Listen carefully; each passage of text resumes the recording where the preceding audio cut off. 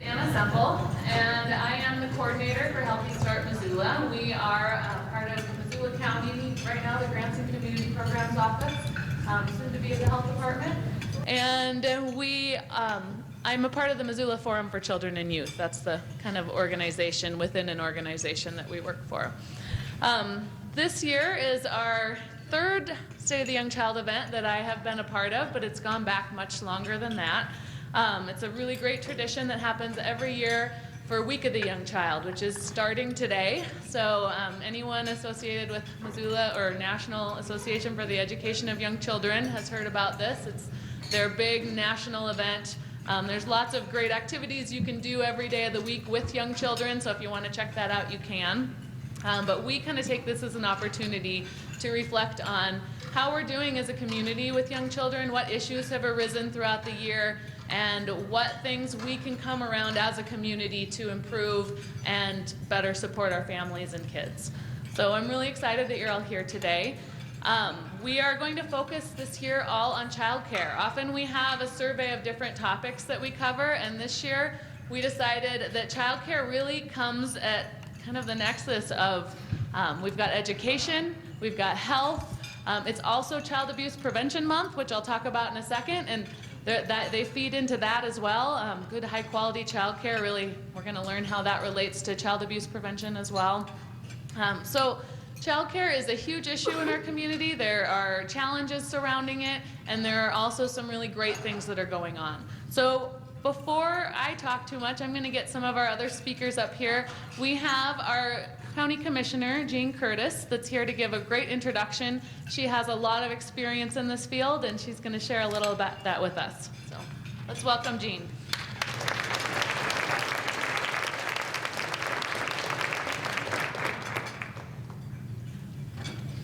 Good afternoon. I'm excited to be here today. How many of you are child care providers?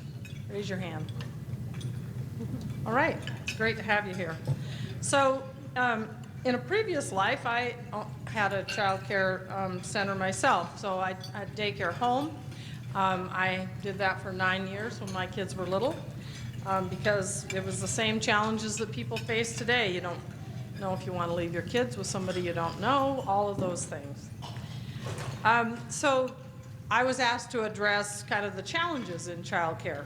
So today I thought I would start with what parents face. Of course, the first thing you face is guilt, not wanting to leave your kids somewhere, feeling like you should be taking care of them, and then how am I going to work that out with going to work every day?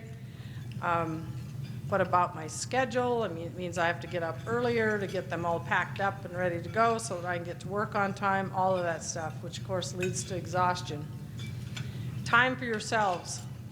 You barely have any. You get it after they go to bed at night.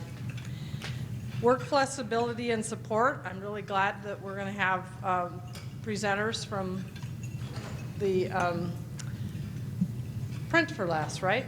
Print for Less talked to us about how they are providing child care on site, because I think that's an option that a lot of people would like to have.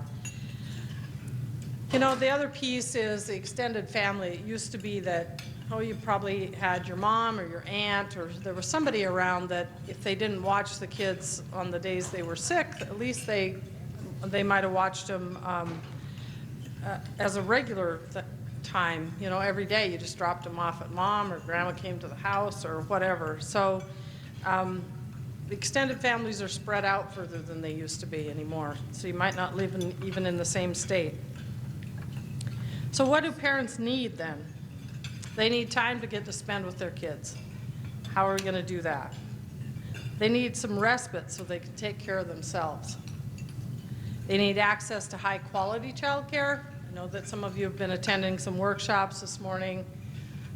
When I was in the child care field, I served on the board for the Child Care Association in Missoula. I served on the board for the Montana Association of Child Care. I used to lobby at the legislature for child care needs and for payments You know, when I did daycare, you can tell how old I am because I got $3 a day for watching kids. That was the rate then.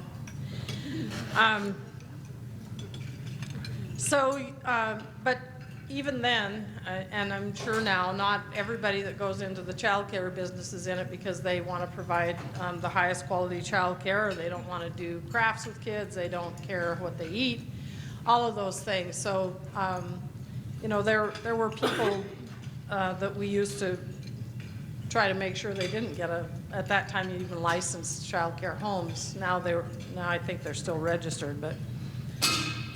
So that access to high quality child care is important.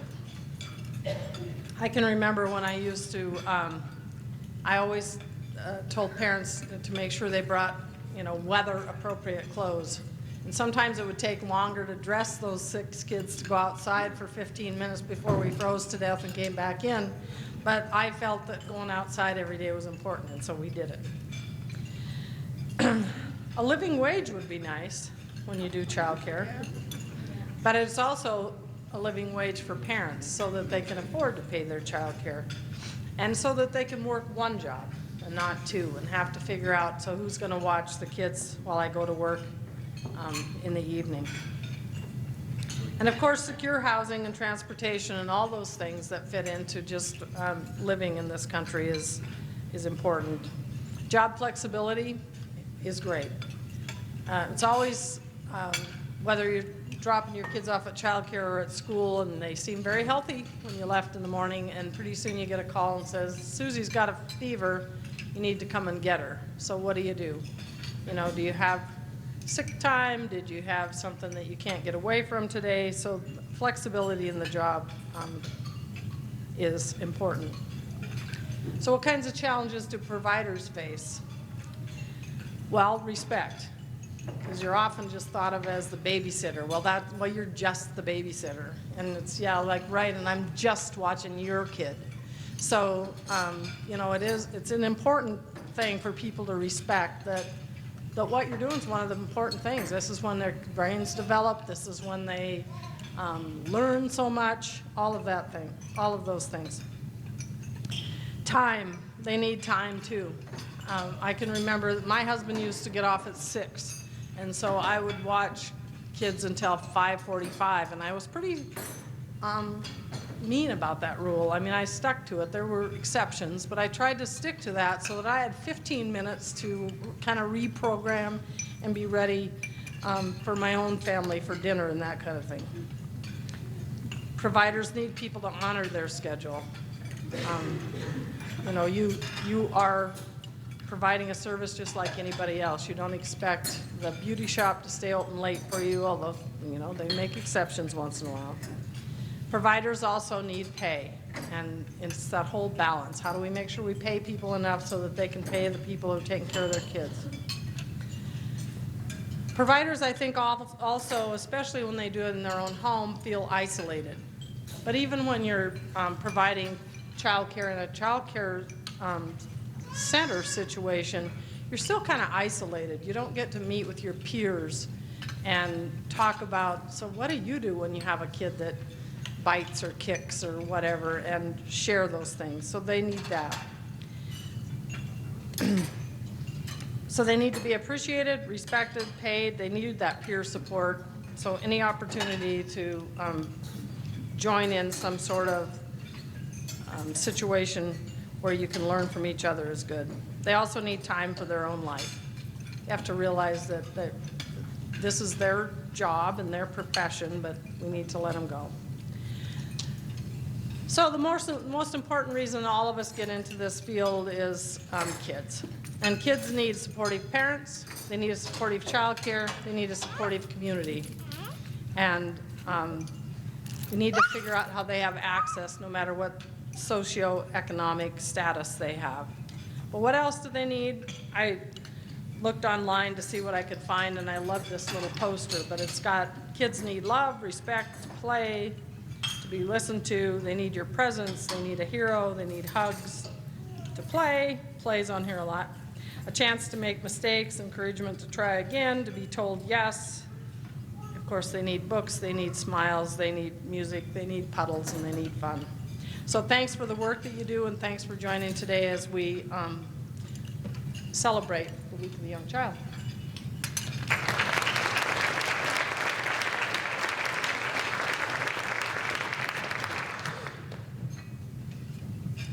All right. Wonderful. That kind of sets the tone of, we're here to honor the providers as well as the families. And we see that there are those issues on both sides where families are struggling with their concerns and providers are also struggling with a pretty tight budget and pretty difficult timelines. So really honoring the work that's going on, all of that great work that is happening, and figuring out how to move that forward. So thanks, Jean. So we have a few great speakers. Now that with that foundation, we can start learning a little bit more about the importance of childcare and some of the challenges that come along with it and things that we can all do as a community and as a state. So first of all, we have Mike Halligan, who will come and speak. He was raised in Billings, Montana. He enlisted in the U.S. Army and served in Vietnam. In 1975, Mr. Halligan completed a bachelor's degree in history and political science at the University of Montana, a master's degree in public administration, and then graduated from the School of Law in 1985. He served on the Montana State Senate for 22 years, from 1980 to 2002, and then also worked as a deputy Missoula County attorney, handling child abuse and neglect cases, family law practice, supervising attorney for the Department of Justice Child Protection Unit. You can see that he has a long background in this sort of topic. And currently, he is the director of the Dennis and Phyllis Washington Foundation. So he has a really great background in understanding how business and child care really fit hand in hand. So I'll let him come up.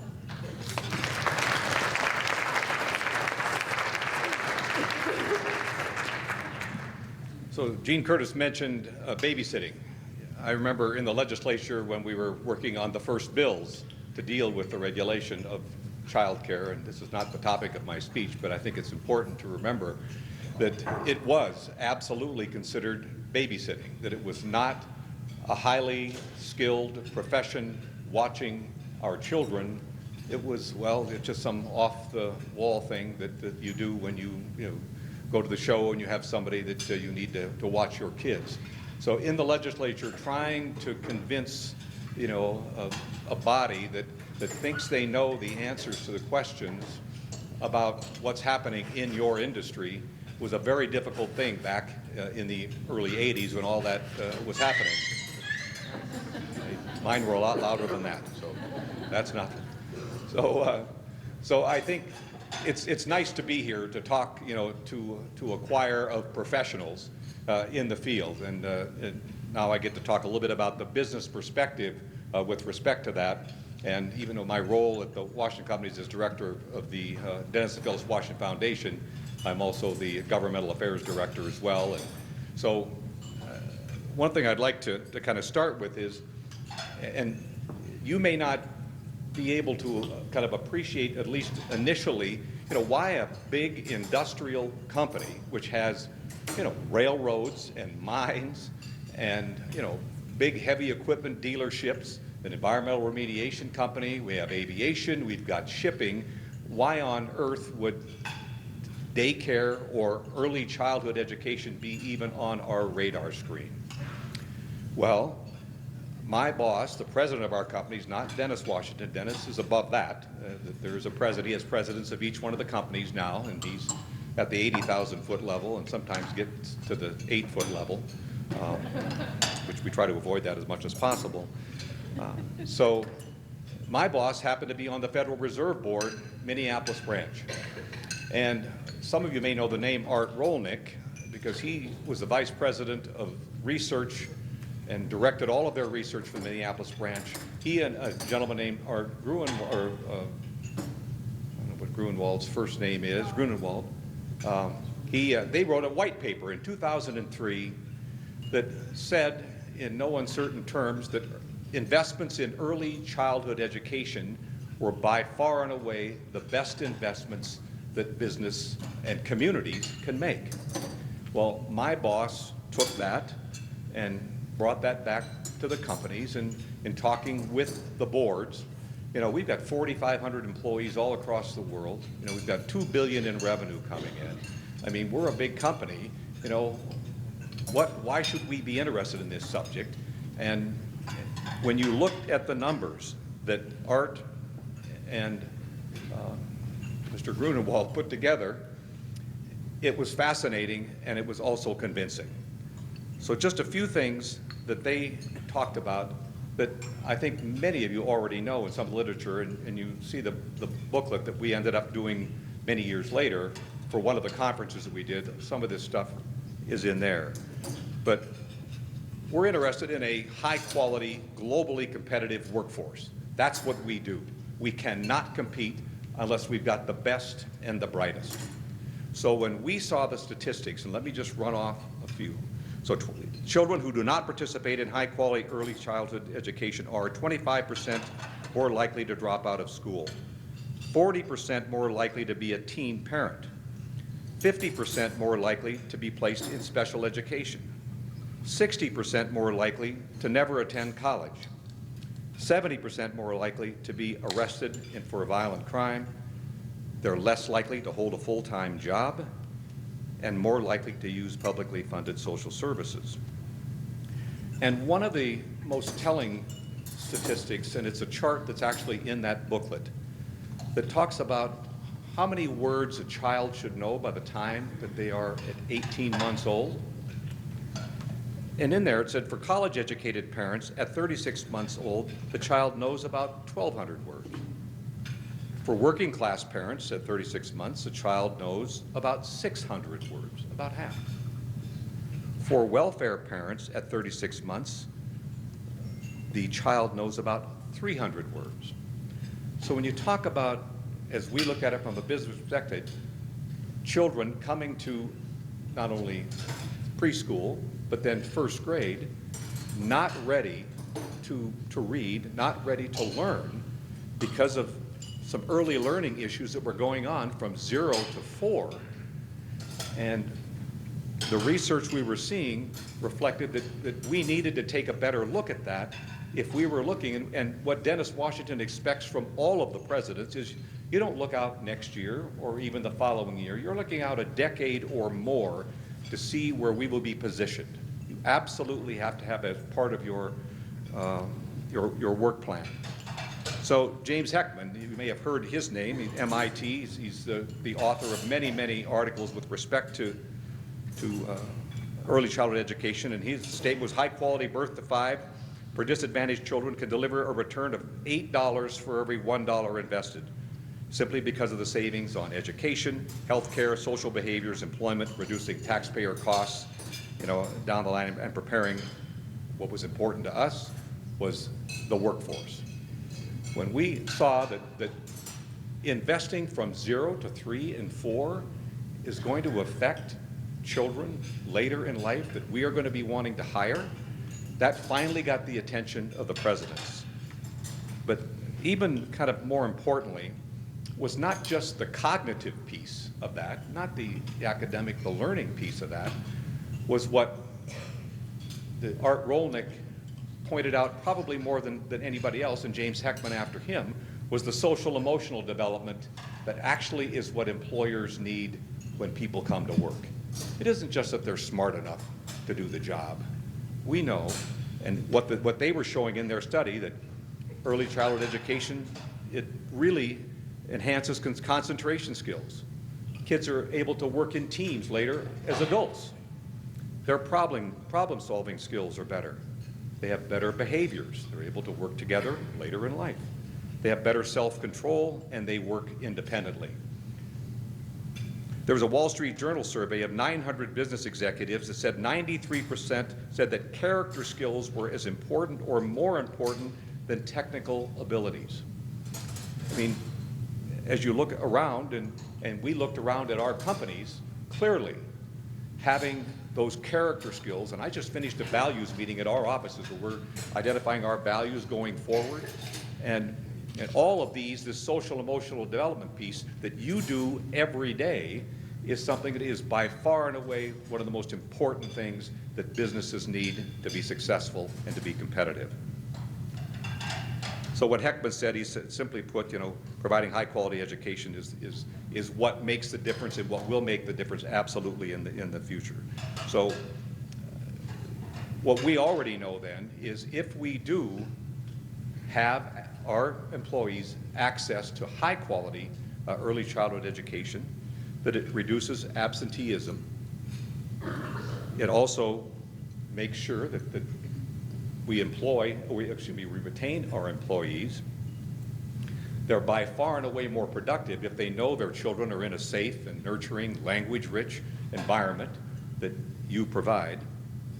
And we know that millennials coming to our workplace, they not only want us to be a company that gives back to the community, but they want to make sure that we have family-friendly business practices on site, that we allow flex hours, that we allow breastfeeding rooms, that you're going to be able to go to see, your child's play and those kinds of things. And so those things are extremely important if you're going to retain those employees or even attract them and recruit them in the first place. So let me conclude a bit with just, you cannot, we know, be competitive in the workplace without investing in what you do. So the Dennis and Phyllis Washington Foundation then, beginning in 2006, was our first summit that we held. It was for business leaders to come and learn about why this is important. And that $8 to $1 investment is what really resonated with them more than anything else. All we need to do, is just, if we just put that dollar in now, we're going to save $8 in the future.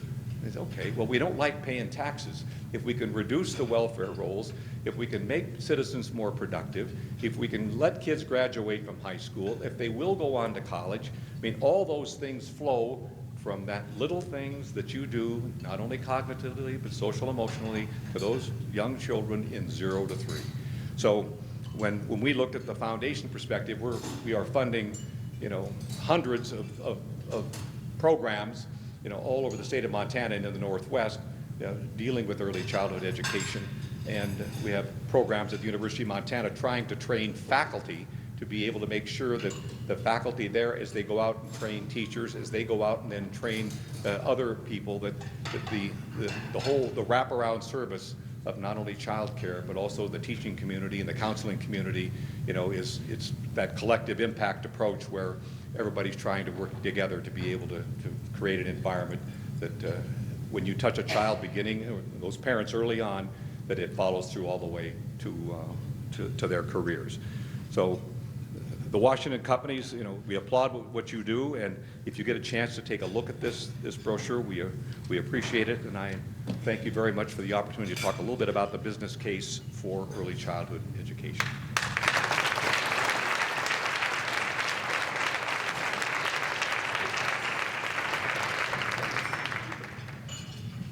All right, thanks, Mike. I want to just point out, as he was speaking, I was realizing, we have such a mixed group in the audience today. We have a handful of business people. We have some early childhood child care providers themselves. We have mental health professionals. We have physical health doctors and physician's assistants in the room. We have a mix, and as Mike was saying, it really does take that entire group working together to really address all of these issues. And one way, thinking about child care providers, how can we work better with you to make sure we're connecting you with resources? For the business people in the room, how can you learn from what we're talking about and what Mike was speaking about? How can we improve just a little bit situations for families? So one thing I want to point out, we do have a few just basic tips of takeaways on the table tents that are on everybody's table. And you can also just look really quickly on the back. I'll explain in a little bit, but we have some stories of childcare challenges that have been faced, similar to what Jean was talking about. So I really appreciate kind of that approach. One thing that's really cool I just wanted to mention when he was talking about the number of words that kids know, I know we have some United Way people in the room, and they have that amazing Imagination Library program that really has been shown to increase the number of words and vocabulary. So we are doing a lot in our community, and events like this really serve to help knit that together a little bit more. Get everybody using the same language, understanding the same resources that are available, and really figuring out how we can work as a unit together. So get our cute baby picture up here. This is my coworker Leah's nephew, and we love showing him off a little bit. I'm going to talk really quickly before the next speaker comes up. For a lot of you, the information I'm going to cover is the bread and butter of what you work with every single day, but because we do have such a mixed crowd, I'm going to get some people on the same speed and also just kind of recognize the great work that you are doing. Our great volunteer or helper, Betsy Roble from Early Head Start, came up with this concept, so I'm not being as original as you think when I go through these. But basically, there's been a lot of talk about how child care providers are not just babysitters, and I feel like we all know that are in this room. We're all buying into that, but kind of getting on the same board about the language that we use for that's really important. So there are 4 domains that they're really working together to develop in child care. And I can't really see. Okay, social emotional is one of the biggies. So that's what Mike Halligan was talking about, being able to, in little kids, speak, wait in line and share and work as a team. I guess waiting in line is still hard when you're grown up and you don't have those skills. So I think it stays kind of similar. You did great, everyone. We've got cognitive ability, so that's kind of like what you think about with general learning and science and math and history and all of those, learning how to write and your ABCs and all of those basics. And all of you child care providers in the room could explain this way better than me, but I'm trying to be quick. So physical, and we'll talk about that in just a second, but that's the child's nutrition and their growth and their health, as well as motor skills and things that help them move around in the world. And then communication, that language piece. So all of these come together, and once again, this was not my idea, I can't take credit. We really thought this idea of all of these working together to help form a child and help develop that. That's not just happening in childcare, that's happening in the home as well. But all of that needs to work together well so that they can bloom into these wonderful butterflies that you guys have on your tables. Thank you to the Child Development Center and the Lab Preschool for making those for us. We really need all of these things working together, and so we're going to talk about one way that the health system kind of interfaces with this for this, the physical domain here that's in the pink circle up front. So I won't talk to you anymore about this. I'm going to pass it on to Dr. Rob Stanger. He is faculty at the Family Medicine Residency of Western Montana, and he oversees the pediatric curriculum, has a clinical practice at Partnership Health Center, and he also serves on the Missoula City County Health Board. He's a native of Missoula and completed his residency in family medicine and preventative medicine at Oregon Health and Sciences University in Portland. His areas of professional interest include preventative medicine and public health. So come on up and we'll hear what you have to say.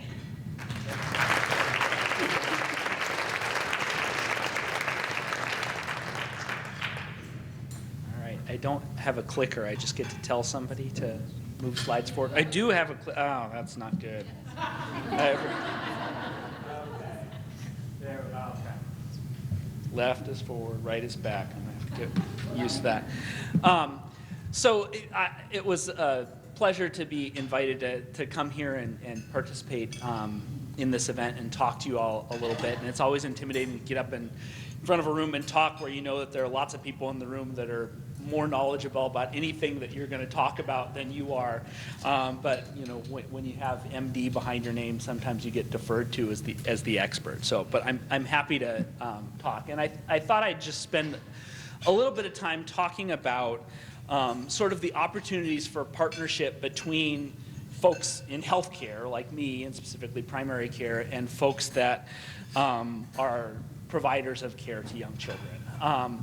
Although I think that we probably need to broaden our definition just a little bit. So, and I tend to be a bit participatory, so I'm going to make you work a little bit. I apologize for that. But so raise your hand if you are a paid child care provider. Okay, you are going to have to keep hands high. So keep your hands up. Raise your hand if you have children that live in your home with you. Raise your hand if you employ people that have children that live in their home. Raise your hand if you have children that are friends or family members that come to your home regularly. Trying to see if I've got everybody. I don't know who I'm missing. So if you don't have your hand raised, you raise your hand if you have neighbors who have children. Picking on these folks over here. But, I mean, so, and, you know, it takes a village, right? But, you know, we all are providers of care to children, whether we're paid for it or not. And, you know, often when I go to medical meetings, you know, there are a bunch of primary care people out in the audience, and there's some specialist up talking about, you know, disease of the heart or whatever, and they you know, say, oh, you folks in primary care, you're down in the trenches. You see, you know, these issues every day in your practice before things get figured out and diagnosed, and then it finally makes it up the chain to me. Well, when I'm seeing children in my office for well child care or sick visits, I often feel that way about the people that are observing them. You know, I may get to see a child for, you know, 20 minutes a couple times a year. I don't have anywhere near the wealth of information that people do that see that child every day in the home, see that child for hours in a formal caregiving arrangement. And so it's really up to all of us to help kind of participate in the care of young children. And especially, I'm going to talk about a few issues with regards to, you know, some of the health issues of young children that are most vulnerable, and how intervening early and recognizing early can make a big difference, and how there can be a partnership between you all and folks like me in terms of bringing those issues to the fore and recognizing them. So I'm going to talk about three big areas. I'm going to talk about immunizations. I'm going to talk about sort of developmental delay and developmental issues with young children, and I'm going to talk about child abuse and neglect, and just kind of very briefly highlight, you know, ways that I see that we could have better partnership between folks in the community and folks in sort of a formal healthcare primary care role. So, all right, I did it correctly, left, so that's good. So first, to start with immunizations, and not to beat up on us too much in Montana, but immunizations are one of those areas where we're rugged, we're Western, we're independent, and we're not doing very well. The good news here is that, you know, 4 or 5 years ago, there were headlines about Montana being the worst in the country in terms of immunizations of children. We're not the worst anymore, at least we don't think so. We're up to about 43rd out of 50 states, and this is sort of the vaccine series that kids are supposed to have completed by the time they're age 2. And before you start to stroke your backs too much, in Missoula County, we don't know for sure, but we're probably worse than the state on average. So we have some work to do with protecting kids from vaccine-preventable diseases here in Montana. And this is actually an area where there's a lot of opportunity for partnership, because if children don't show up in my office, they're probably not getting vaccinated. Maybe they go to the clinic at the health department, but largely if they're not getting health care, they're probably not being vaccinated. And this is an area where they're not just sort of opportunities for collaboration, but there are actually some laws that are involved. And it's fairly complicated, but there are vaccinations that are required to be in school or to be in daycare, formal child care. And then there are a bunch of non-required vaccinations that are also recommended. So that's one thing that kind of confuses people a little bit. You know, the required vaccinations on the top: tetanus, polio, measles, mumps, rubella, chickenpox, Hib, Haemophilus influenza, which is a bacterial infection. And we see a lot of these diseases still. I see pertussis on a yearly basis. We've had chickenpox in Missoula recently. Hib causes ear infections and all sorts of other things that we see regularly. We haven't had measles cases in Montana Recently, I don't think, but there have been recent measles cases in states nearby. We fortunately aren't seeing polio, but still important to continue to not see that. And then all the non-required vaccinations as well that are sort of things that we do even though they're not right now required for school and daycare. There are some requirements for child care providers, and I can tell you from sort of sitting on the practice provider end of things that the resources for enforcement of these things are not robust. There are some, but it is largely sort of on the honor system. If you're a preschool or you're running a licensed daycare, whether you're following the rules and ensuring that the children in your care have been vaccinated or not. And I can speak both from professional and personal experience with my own kids. There are places in our community that do a really outstanding A+ job of this, and there are places in our community that maybe are getting a lower grade in how well they're sort of ensuring this. So just as far as what the rules are, if you're a school or you're a child care provider, you're required to keep documentation both of the immunization records of the children in your care, but also records of other documents. And I wanted to just talk a little bit about exemptions, because there's a lot of misinformation out there about sort of exemptions for vaccination status. There are two kinds of exemptions that are eligible in Montana. Medical exemptions, which the rules are fairly straightforward. You've got to have something signed by the child's primary care provider saying that this child has a medical exemption. And then religious exemptions. And the rules about religious exemptions are very interesting, and that's where you get to the asterisks there. So if a child is in preschool, and I'm not, even after researching this, I had a little bit of trouble figuring out what qualifies as preschool. But if your child is in preschool, you can have a religious exemption. That religious exemption needs to be on file with the school and notarized, signed by the parent or guardian on an annual basis. If your child is in daycare, you can have a religious exemption for one of the required vaccinations, but the other vaccinations there actually isn't a religious exemption for.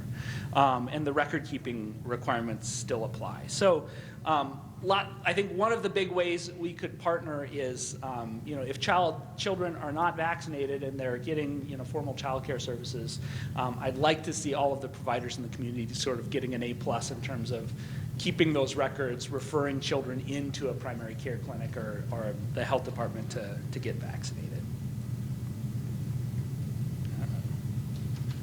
We went backwards. There we go. So I'm going to move on to talk just a little bit about developmental delay. And I want to start by, this is a graph that's produced by data from the CDC survey of children's health. And it just talks about the percentage of children that are at risk for developmental problems. And it's actually a really high number. And these are Montana and national data, so I think I can't see the colors here, but there's, I think the Montana is the orange on the left, and the national, I can't remember what color it is, it's blue. So the rates between Montana and the nation are pretty similar. One of the things that we do at routine well child checks is, sort of screen for developmental problems. If a child comes in for something else, we probably don't screen for developmental problems. So if they're coming in for a sore throat or a, pink eye or some other problem, they may not get developmental screening. It's actually a really high percentage of children, approximately a quarter of children are considered to be at moderate or high risk for developmental delay in this young age period. And if they're not coming in for well child care, again, they're not getting screened more than likely for developmental problems.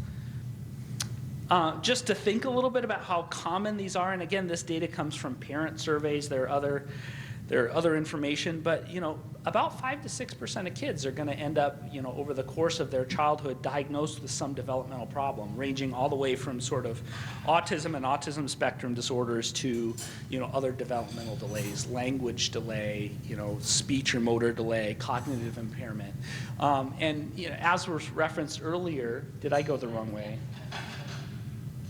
see, I turned this over and left became right. Thank you.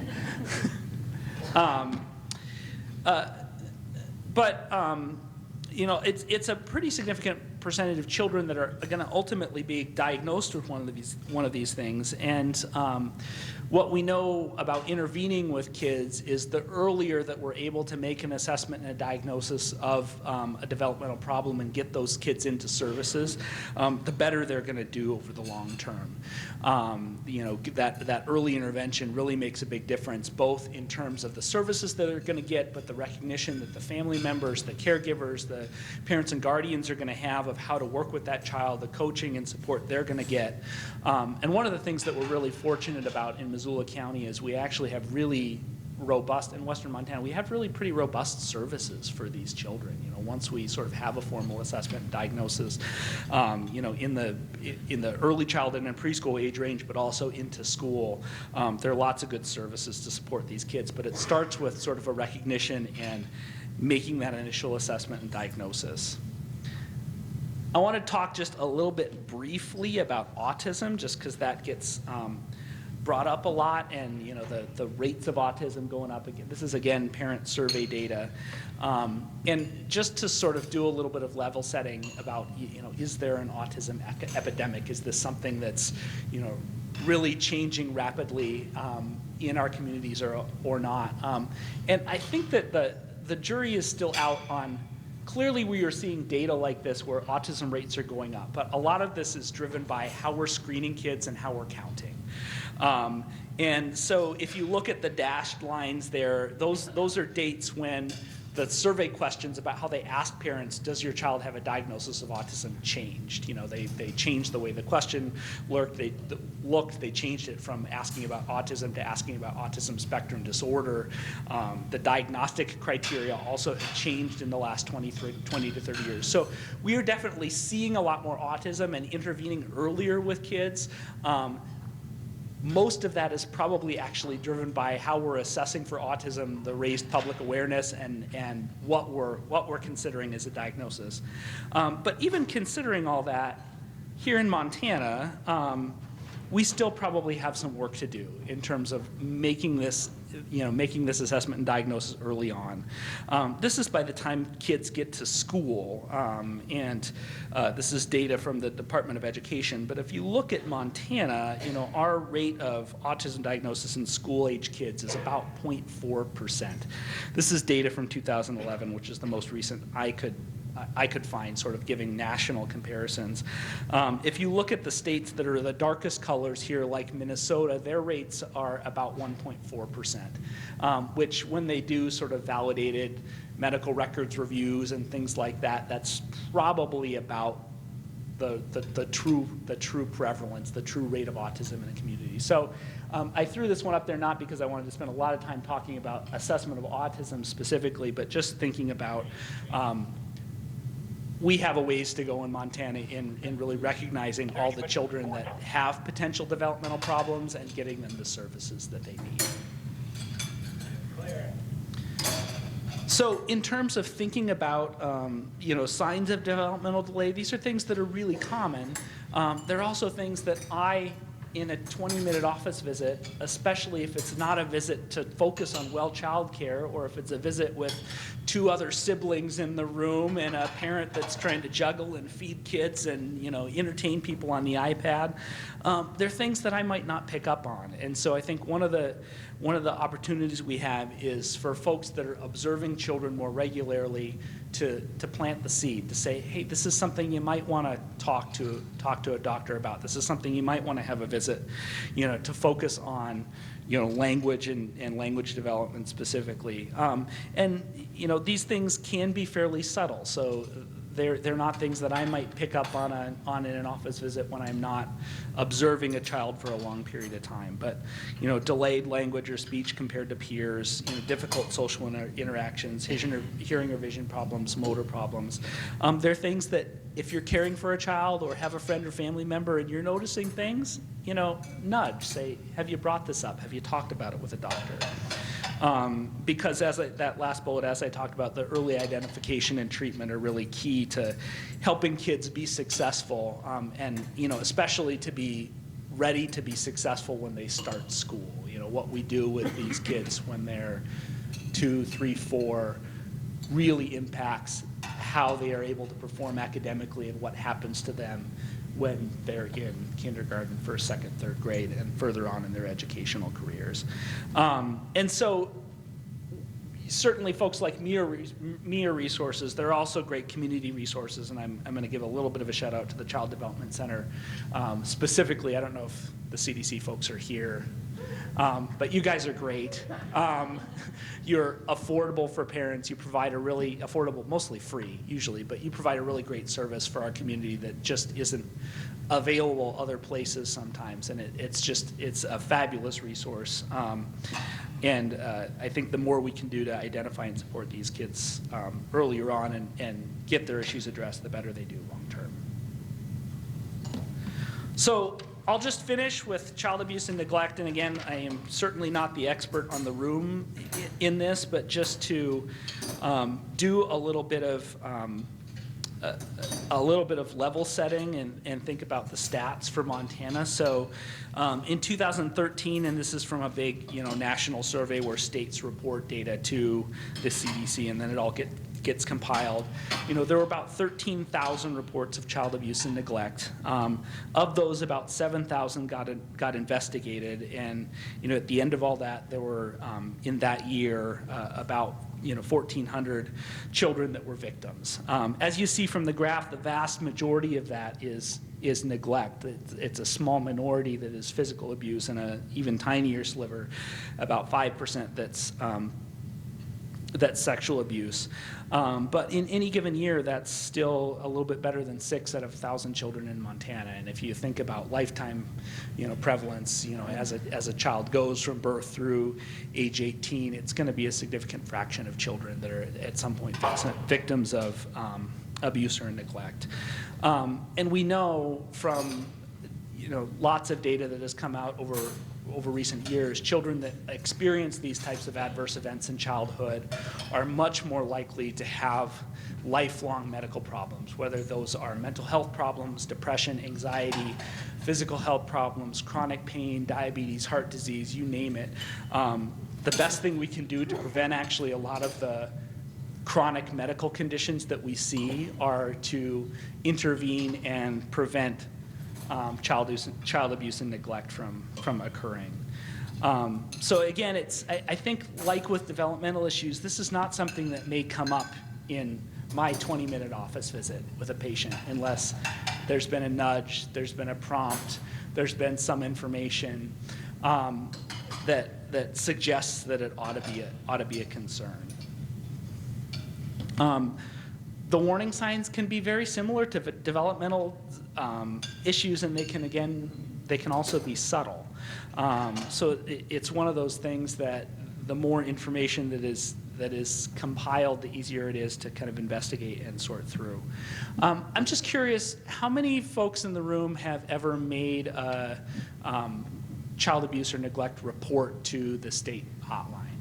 Fabulous. So I'm preaching to the choir here, but I think one of the things and one of the stigmas that's out there in the community is that the Child and Family Folks Services are the police, that they're about enforcement, and all of us can work to sort of change that stereotype. And you go back to looking at the number of reports, the number of investigations, and then the number of kids that are actually victims, most of the benefit from reporting off and on, there's probably some prevention that goes on, but there's also the opportunity to intervene with that family, to provide parenting assistance, to develop a plan, to put in place other resources so that we hopefully are preventing, some of the abuse and neglect from occurring. And it's really not that scary. It is. I walk residents that I teach in clinic through this regularly about how to call and how to make the report, and it's intimidating the first time you call, but it really is not that scary. And those folks work incredibly hard, but they also do a great job in terms of helping get families to a better place. The last thing I'll close with, just in terms of this. This partnership is, I think that oftentimes, there's a barrier between folks out in the community and the doctor's office, and I'd like to encourage all of you to break down that barrier. As a medical professional, I have bounds in terms of confidentiality. I can't give out patient information to people just calling over the phone, but that doesn't mean I can't accept information.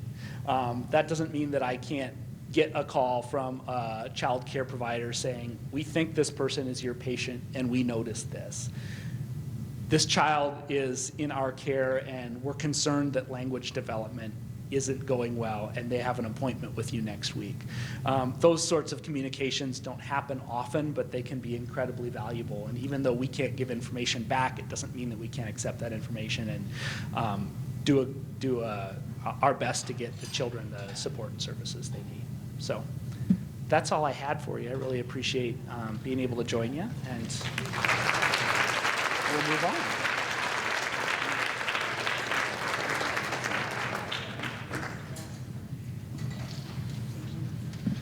All right, I think that information, I think each section of it kind of applies to each of us in different ways. So I really appreciate that kind of survey of different health-related issues. When I went to talk to Dr. Stanger about this, I knew what I wanted him to talk about, but didn't really know how that was going to line up. And he just like hit the nail on the head with every single thing. And that never happens with speakers, so I was very excited. We've actually, all of the ones today, though, you've been great. I'm not just saying that.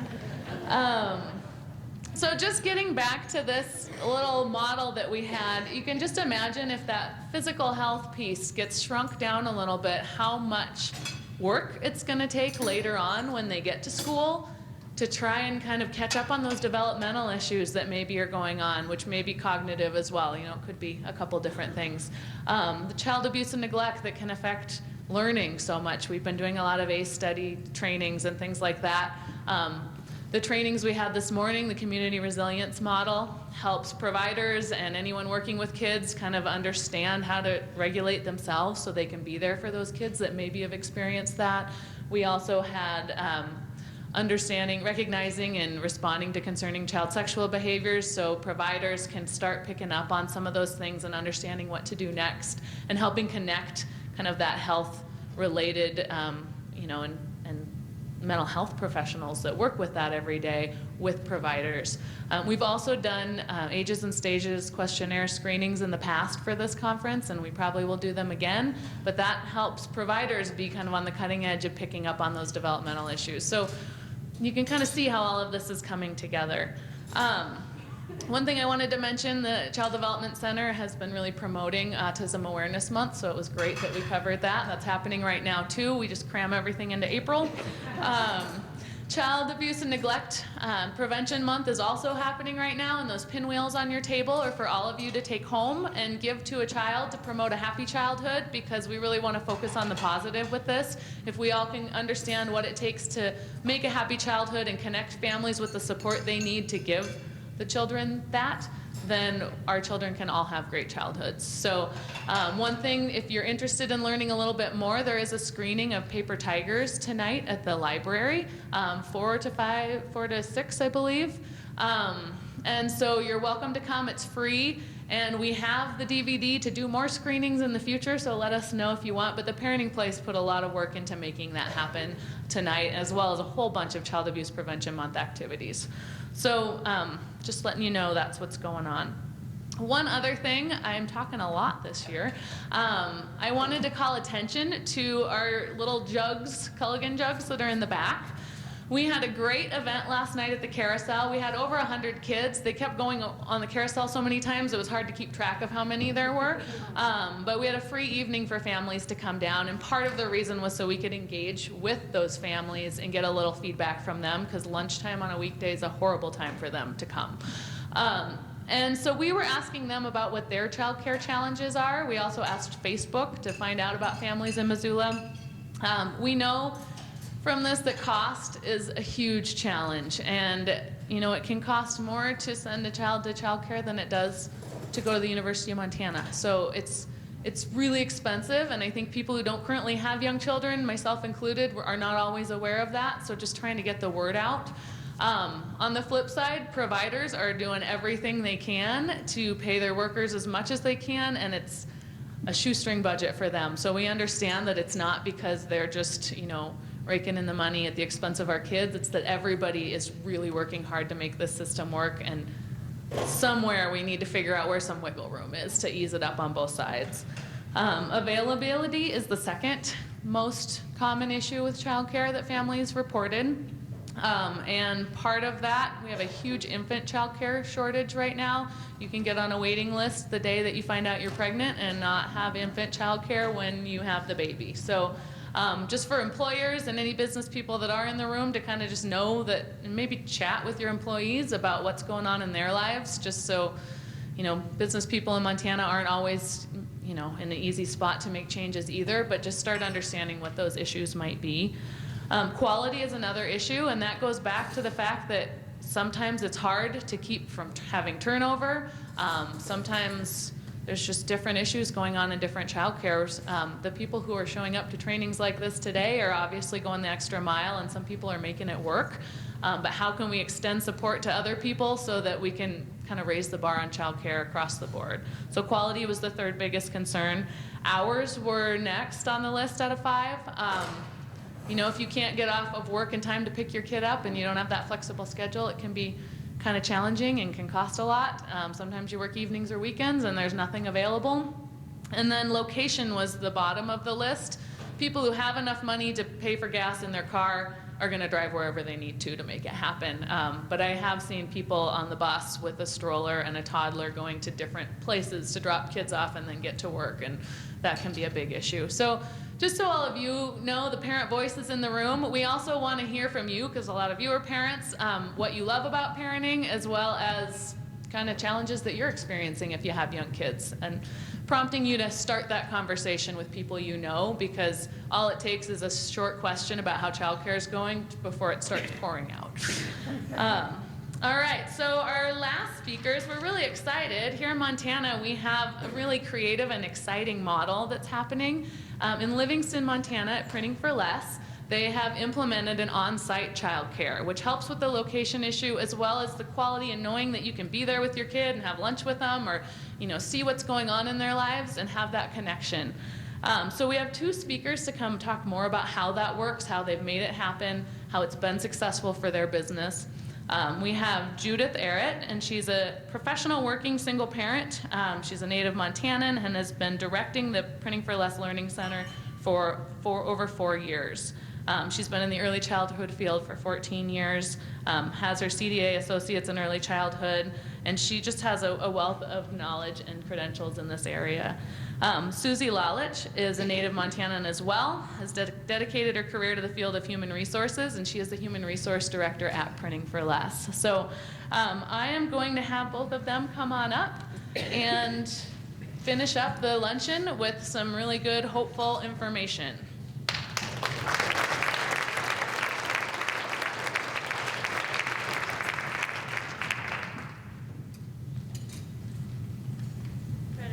Podium, so I'm going to get down here with you guys if that's okay.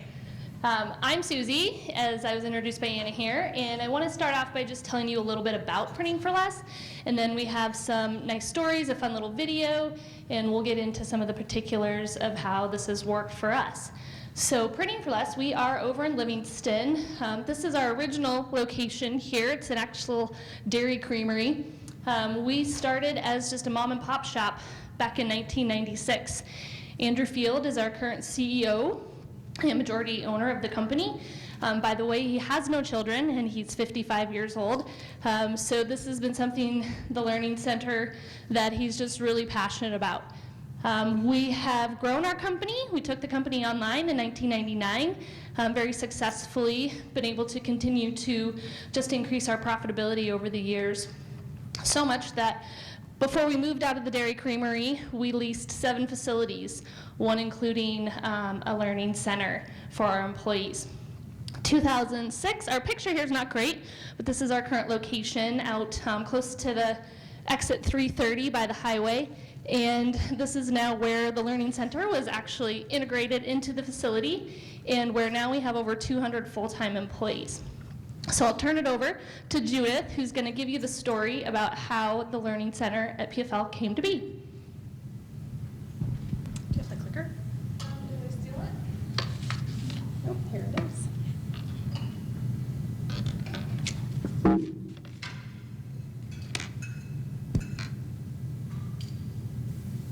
Okay, you guys, this is Marnie Reed and her family. She is the founder of the Learning Center. And in her own words, the PFL Learning Center came to life back in 2003 when I found that I was expecting my first child, Nicholas. In researching local childcare options, I found myself dissatisfied and frankly scared with what was available. I felt that I would be sacrificing either my career or the standards of care that I had for my firstborn. In looking around our company, I knew that I was not the only one that was fighting the tug of war between raising a family and the desire to grow my career. I put together a proposal and presented it to the CEO to show that by opening our own program, that our employee retention and focus would increase. I knew that new mothers would choose to come back to work after maternity leave because the ease and security of having their own newborn just up the stairs. It would allow them to continue to nurse and to bond with their baby without the hassle of pumping. Both moms and dads could put all of their focus on their task at hand because of the trust that they had in their children being right up the stairs. Our program grew from 2 children to 10 children, and now we are at 25. Because of the option of the on-site care, Marnie Reed is now the Chief Evangelist, Head of Strategics, Allegiance at Printing for Less. So I say thank you to Marnie because she has created a career for myself. Can you click it to the particulars, Susie? Okay, so these are some of the particulars for Printing for Less, the company itself, and then the Learning Center. We now have a total of 210 employees. The annual revenues for the company for 2005 was $18 million. The total annual revenues for 2016 was $31 million. The average age of the employees is 34.5, and the company turnover is 5.5%. Very specific to the Learning Center, our average number of child care attendees is 18. The tuition we just raised in 2015 from $2.75 to $3. And the average pay for a provider, and this is including aides, is $13.65. Because Printing for Less supports and invests in the personal development of its employees, I have teachers that can invest in their education. We have fulfilled the educational requirements for STARS to quality in less than 1 year. We have fulfilled above and beyond the state requirements for education, and we now have 3 of us that are attending college while working full-time. I think that it benefits us in a way that working for a larger company, we don't face those struggles of other folks because of the benefits in the company, and then it all comes back to our kiddos. It comes back to us being better educators, and then it circles right back around to Printing for Less. Let's watch a really fun video, and you can hear firsthand from our parents.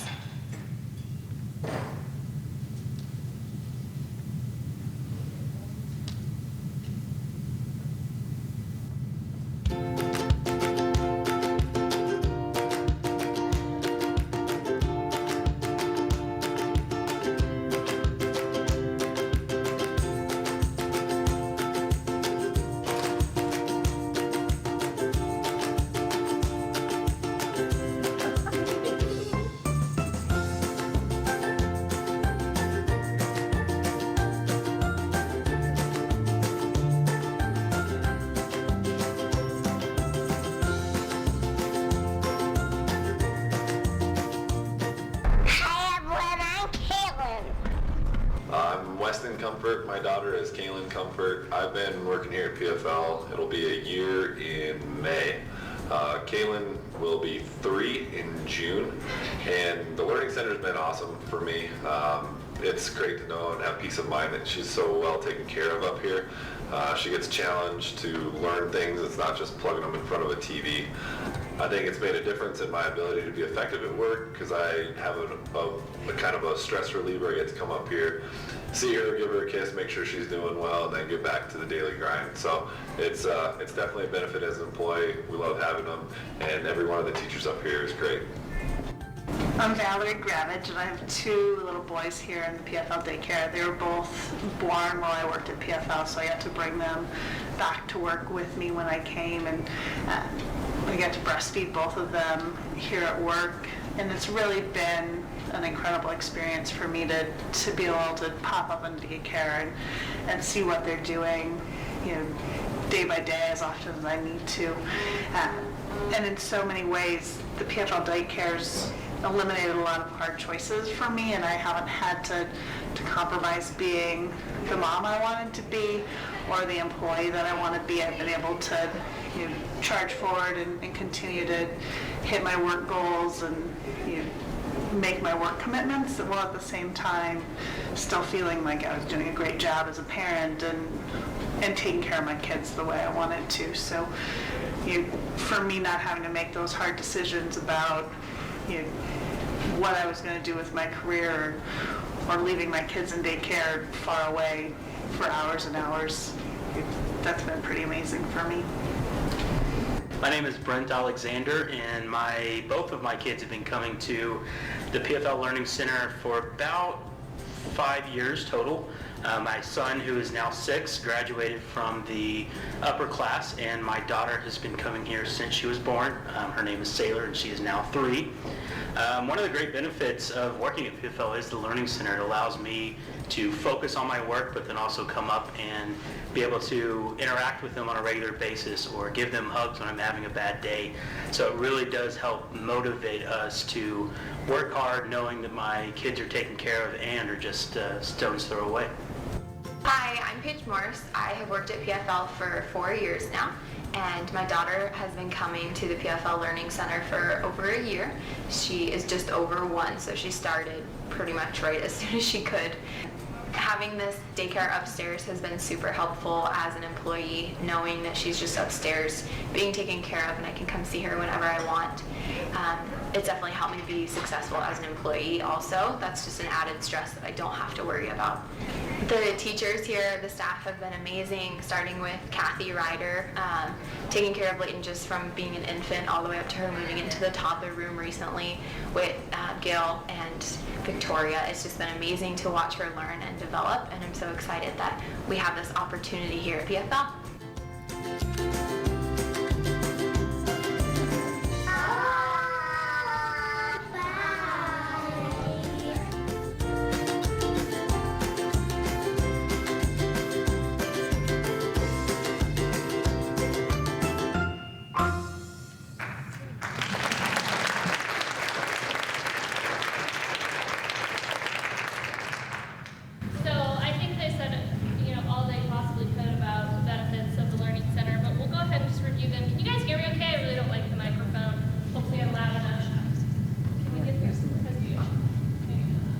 It helps with MCAT if you use them later. Okay, I'll use, I can juggle them both. So thank you for watching the video. We had a lot of fun with that, putting it together. Obvious benefits to the company is going to be some recruitment. That's one of my main focuses in human resources, is attracting and retaining employees. We have a lot of our employees who do live in Bozeman, which is about 25 miles away, and ultimately it would be very challenging for many of our parents, like Valerie, who spoke on, she has 2 little boys in our program. It would be very hard for her, her husband being a pilot, to leave her children at a learning center over in Bozeman and drive 30 miles to work and then have to potentially drive 30 miles back if there was a sick child or an emergency. So allowing employees to bring them right on site is definitely both recruitment and retention. Many of our employees that you saw in the video and the ones that weren't pictured were our highest performing employees in the company, and I think a lot of that is due to, in part, to the great care that their children are receiving upstairs and the fact that they can really focus on their job knowing the children are just walk up the stairs, they can go give them a kiss, and they trust and know that the providers we hire are top-notch. So engagement and arousal, same things, high performance. We'll talk a little bit here in a minute about the tax credits that as an organization we receive, which makes us a little bit more viable to the organization. And then for the employees, I think they pretty much spoke for themselves in our video, but reduced tuition, the cost, we've done a lot of research within our community, anywhere from maybe a third of the cost to half of the cost that's available dependent upon the type of learning center or environment that the children could potentially be in, somewhere, someone's home or in a Montessori school where the tuition might be a lot higher. And we do have really high quality providers, as Judith mentioned. A lot of them are continuing to develop themselves by achieving higher standards with their college educations. We have one of our providers, Kathy Ryder, who was mentioned. She is our infant provider, and she's been with the company, I believe, 11 and a half years. And she's phenomenal. And she continues to push and also continues to learn so that she can better serve her customers, which are our parents. And it allows them to be more career focused. I think Valerie gave a shout out to that. Less stress and higher engagement across the board. So the financial impact, you might ask. The one big benefit of having the Learning Center on site is tax credit. So I just gave you a little example. We can get up to 25% tax credit. The dollar amount on that can exceed $150,000 annually. So a little example there. And then we also just want to be transparent about our financials. We do run the Learning Center as its own entity. So we obviously take in contributions from our employees. So last year in 2016, we collected a little over $100,000 in revenue or tuition. And then our expenses.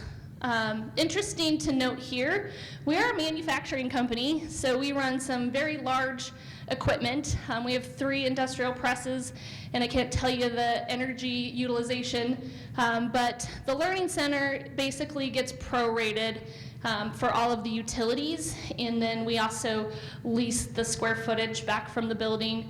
But our utilities there, that line item, $11,500, I would venture to say most of you aren't running manufacturing facilities where the presses and the energy utilization is quite that high. So you could probably see that as a little bit of a reduction if you were to start your own Learning Center. But all the other important things, insurance, we have a pretty healthy budget for Judith and her providers. She gets about $650 monthly for food. We have a really great food program. And then she gets $450 with supplies. And she's also very resourceful. She's always looking for grants, and getting those providers and the Learning Center STAR certified has really helped us bring in some additional revenues. So just wanted to give you that information. Obviously, we do not make money in our Learning Center, but with the tax credit and then the deficit, it certainly does provide great benefits, and I believe the rest of the cost can certainly be recouped with the retention and the other factors that we also conveyed earlier on. Do you guys have any questions? Don't have time for questions. You can see us individually. We do need to start wrapping up because we are just a little over time, but we will be having a discussion in the next room in Salon A with these lovely ladies to tell us more about it. And so I'll give my ending spiel and I'll tell you more of the details. Thank you both so much. Sorry to kick you off. All right, so like I said, if you want more details, they have a wealth of knowledge about this, and we'll be in Salon A for a discussion that is hosted by the Association for the Education of the Young Child, the Missoula chapter, and Growing Up Green, one of our sponsors. And that leads me into the final thank yous. We had a lot of sponsors for this event today, and we really, this topic drew people in like none other. It was pretty impressive. First of all, I want to thank the Foundation for Community Health, and I have the names on a piece of paper right over here. All right, we have Susan Muralt and Char Gatlin. I would like to thank you so much. They're board members from the Foundation for Community Health. Let's give them a round of applause.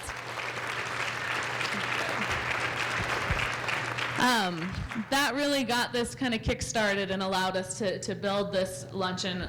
The next sponsors that we have, Growing Up Green was able to contribute to help bring people from Printing for Less. The Montana Children's Trust Fund was a general sponsor, mostly for the trainings as well as for this event. Child Care Resources and the Missoula chapter of Association for the Education of the Young Child all came together around this. MCAT also donated their time to come and film this event, so we'll be able to replicate it and put it on Facebook and do all of those great things that we like to do for outreach later. And we are thankful to have public radio here as well. So thank you to them. We had an amazing committee this time. Leah helped me delegate better, and everyone just stepped up to the task. So anyone on the committee, can you please stand up? We have Kelly Rosenleaf and Jacole Johnson and Hollenbach, Betsy Robel. They really took on lots of different responsibilities with this, and it was amazing. And also thank you to my amazing coworkers, Leah Fitch and Brandy Tyree, who are somewhere in here as well. They always are incredibly helpful, and this wouldn't have happened without them.